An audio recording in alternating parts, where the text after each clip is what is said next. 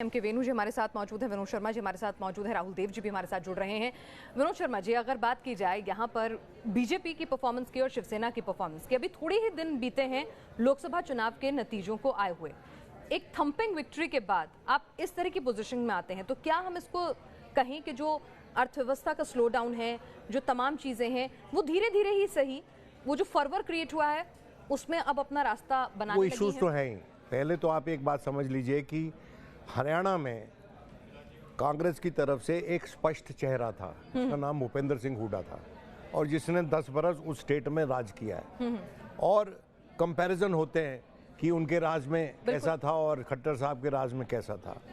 एक तो ये, दूसरा, अगर 31 या उससे ज़्यादा कांग्रेस करती है तो वो अपनी सिचुएशन हरियाणा में इम्प्रूव कर रही है। उसी तरह से एनसीपी कांग्रेस अगर 87 सीट महाराष्ट्र में जीत रहे हैं तो वो 83 से इम्प्रूव कर रहे हैं पिछले बरस की, वो जो पिछले इलेक्शन की 83 सीट्स थी कंबाइंड, उससे इम्प्रूव कर रहे हैं। तो दोनों स्टेट्स में हालांकि लगता नहीं है कि सरकार बना पाएगी विपक्ष, लेकिन वो अपनी स्थिति पहले के मुकाबले मजबूत कर रही है। अब इसके ये इश्यूज का क्या कारण है? हाँ, इसका क्या कारण है? एक तो हुड्डा का चेहरा हरियाणा में ये कारण है, और दूसरा जो इकोनॉमिक मंदी है, जो मंदी है, बाजारों में मंदी है, जो सेकंड हाईएस्ट अनएम्प्लॉयमेंट रेट पूरे देश में हरियाणा का है, हाईएस्ट है, हाईएस्ट अनएम्प्लॉयमेंट रेट हरियाणा का पूरे देश में है। उसके चलते जो कांग्रेसियों का ये क्लेम है, जब एक्सिस इंडिया टुडे पोल आया तो उसके बाद हमने कुछ लोगों से बात की, तो उन्होंने कहा कि अगर ये सही है प्रोजेक्शन, तो इसके चलते हमें ये लगता है कि देहातों में अपेक्षाकृत वोट बीजेपी को नहीं पड़े। लेकिन विनोद सर 45 सीटें चाहिए हरियाणा में बहुमत के लिए, 43 पर बीजेपी अभी भी ज्यादा है। जैसा वेणु सर कह रहे थे कि अगर इतने नंबर जुटाती है बीजेपी तो क्या वाकई मंदी असर करती है? क्या वाकई रोजगार मुद्दा बनता है? 15 सीटें थी इनके आउटगोइंग हाउस में, 2014 दुगनी कर ली उन्होंने जी।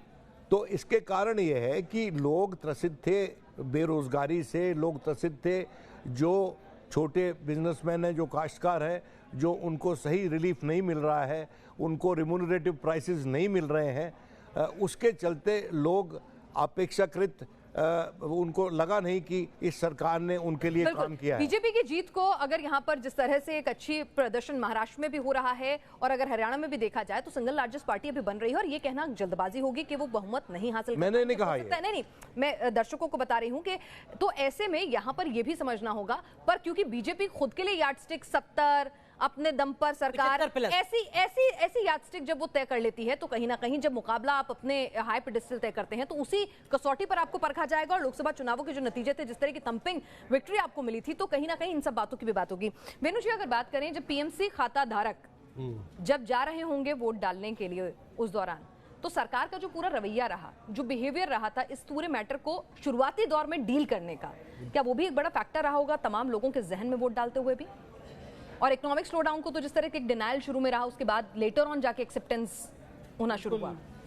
पीएमसी का जो इम्पैक्ट जरूर रहा होगा, मगर मेरे ख्याल अर्बन एरियाज में सीमित रहा होगा, मुंबई वगैरह में। मुझे भी ये बड़ी हैरानी हुई उस वक्त कि इस सरकार, ये कहा जा रहा था कि election commission code of conduct के चलते नहीं कर सकते। कोड ऑफ कंडक्ट तो जब लागू होता है जब सरकार अपनी तरफ से लोगों को कुछ दे रही है, तो उनका पैसा वो वापस मांग रहे थे। उसमें मेरे को समझ नहीं आया कहाँ से कोड ऑफ कंडक्ट।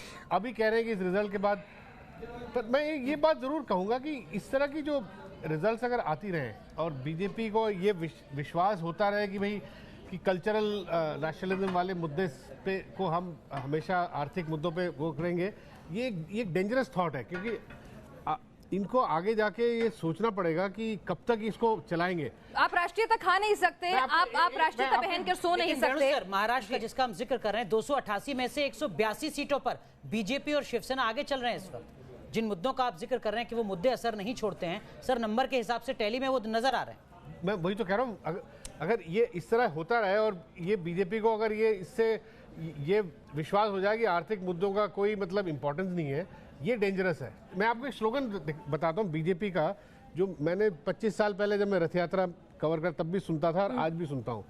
आधी रोटी खाएंगे, मंदिर वहीं बनाएंगे, आधी रोटी खाएंगे, कश्मीर को बचाएंगे। ये जो आधी रोटी का जो है ये कॉन्सेप्ट है कि चाहे जीडीपी आधी हो जाए मगर ये चीज़ें हमारे लिए ज़्यादा इंपॉर्टेंट है, ये डेंजरस थॉट है ये मेरे हिसाब से।